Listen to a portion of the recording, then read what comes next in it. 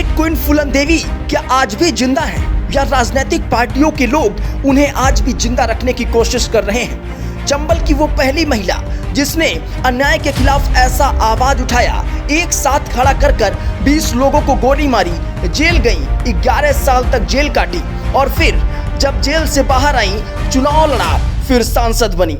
लेकिन मौत के 23 साल बाद भी क्या आज भी बैंडिट क्वीन फूलन देवी जिंदा है?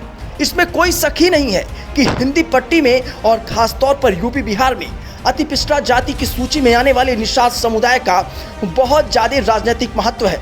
अगर ऐसा नहीं होता तो 1994 में निषाद जाति से आने वाली बैंडिट क्वीन फूलन देवी को देश के सबसे अनुभवी नेताओं में से एक मुलायम सिंह यादव अपनी पार्टी में लेने का जोखिम नहीं उठाते। यह जानते हुए कि बहमई कांड की वजह से क्षत्रियों के बीच फूलन देवी को लेकर जबरदस्त आक्रोश और नाराजगी है, उन्होंने इसकी परवाह नहीं की। बहमई कानपुर देहात का एक गांव है जहां फूलन देवी ने अपने साथ हुए बलात्कार का बदला लेने के लिए वर्ष 1981 में बीच दोपहर 20 लोगों को गोलियों से भून डाला। यह सभी एक जाति विशेष के लोग थे। यूपी में अपनी सरकार बनने के बाद साल 1994 में मुलायम सिंह यादव ने न केवल फूलन देवी के खिलाफ दर्ज सभी 55 मुकदमों को वापस ले लिया, बल्कि 1996 के लोकसभा चुनाव में मिर्जापुर सीट से टिकट भी दे दिया और फूलन देवी सांसद बन गई। फूलन देवी समाजवादी पार्टी से 2 बार सांसद हुई। 2001 में दिल्ली में हत्या होने के वक्त भी वो समाजवादी पार्टी की सांसद ही थी।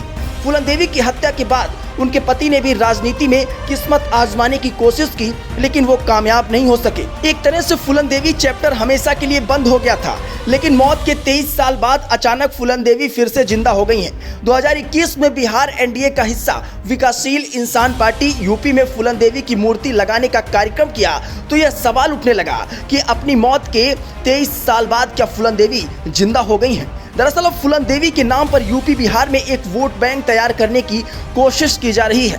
राजनीति में अगर किसी जाति विशेष का वोट बैंक तैयार करना होता है तो एक प्रतीक खोजना होता है। फूलन देवी को अब निषाद जाति के वोट बैंक के प्रतीक के रूप में स्थापित किया जा रहा है।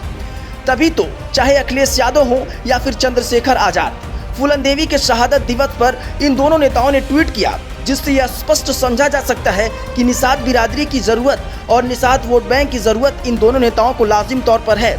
वैसे भी निषाद वोटर को लुभाने के लिए एनडीए से लेकर इंडिया गठबंधन तक हर कोई अपने अपने पैतरे खेल रहा है, लेकिन आजाद समाज पार्टी के अध्यक्ष और समाजवादी पार्टी के मुखिया अखिलेश यादव फूलन देवी को मोहरा बनाकर अभी भी इस दौर में फूलन देवी को जिंदा रखे हुए हैं। ब्यूरो रिपोर्ट, GR खबर।